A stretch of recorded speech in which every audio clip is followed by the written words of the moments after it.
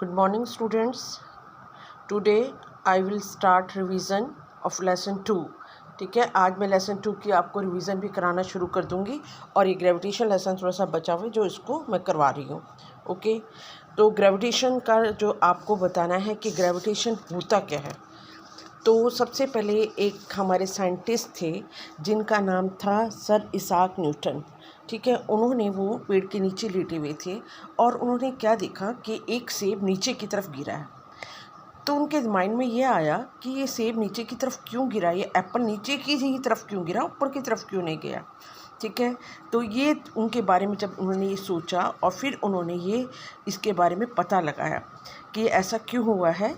तो ये है क्या है, ग्रेविटेशन के कारण हुआ था ये.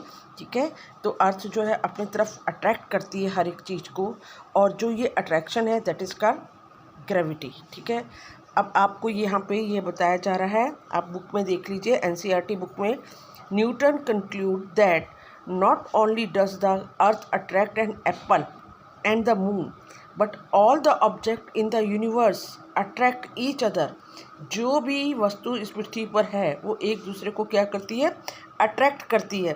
This force of attraction between object is called gravitational force. इस फोर्स को क्या कहते हैं, ग्रेविटेशनल फोर्स. जिस फोर्स के साथ वो एक दूसरे को अट्रैक्ट करते हैं उसको ग्रेविटेशनल फोर्स कहते हैं. ठीक है, अब यहाँ पर एक यूनिवर्सल लॉ ऑफ ग्रेविटेशन बताएंगे कि यूनिवर्सल लॉ ऑफ ग्रेविटेशन होता क्या है.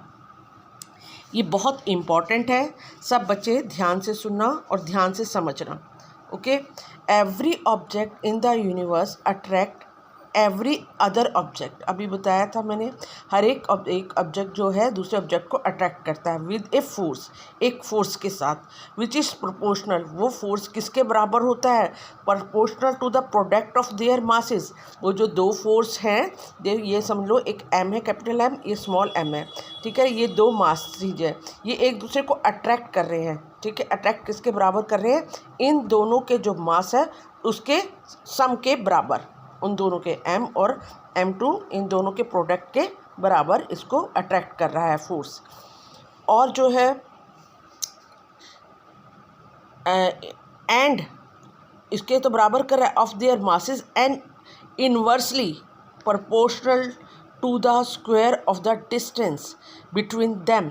और किसके अपोजिट है, इन दोनों के बीच का जो डिस्टेंस है उसके स्क्वायर के अपोजिट है. ठीक है, ये फोर्स, ये फार्मूला दे रखा है, देखो फोर्स, ये यूनिवर्सल लॉ ऑफ फोर्स का आपको फार्मूला दिखाया हुआ है यहाँ पे. एफ किसको डिनोट करता है, फोर्स को. जी जो है यूनिवर्सल कांस्टेंट माना जाता है. एम ये वाली वस्तु का भार है, ए चीज का. और दूसरा कैपिटल एम, स्मॉल एम किसका है, इस वाली वस्तु का, इस वाले ऑब्जेक्ट का वेट दिखा रखा है, ये मास इसका है. तो डी क्या है, डिस्टेंस.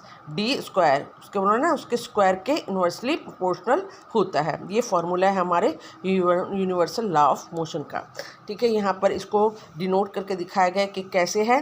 तो यहाँ पे देखो, according to the universal law of gravitation the force between two object is directly proportional to the product of their masses. तो डायरेक्टली प्रोपोर्शनल को यहाँ पे दे दिया, ये एम इसका था. ठीक है, और स्मॉल एम इसका था. तो ये एम इंटू एम, ये क्या है, directly proportional to their masses and inversely proportional to the distance.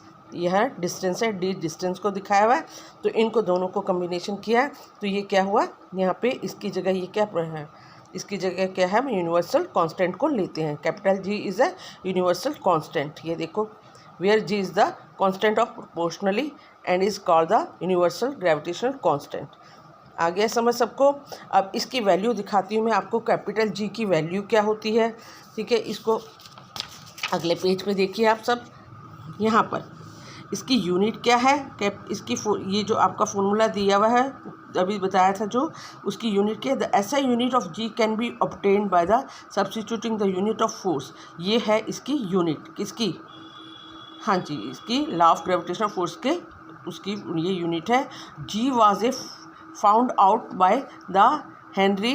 ये जो है इनके द्वारा ये बताया गया था. इसका कोई नहीं, बस इसकी वैल्यू जो है, आपको ये चीज़ मेन इंपॉर्टेंट है, वैल्यू क्या है कैपिटल जी की और कैपिटल जी क्या है. ओके, और इसकी यूनिट क्या है. ओके, ये आपको समझ आना चाहिए, मेन चीज़ ये है.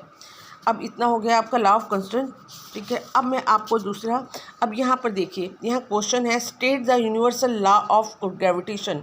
बताइए state the universal law of gravitation, इसका आंसर है ये,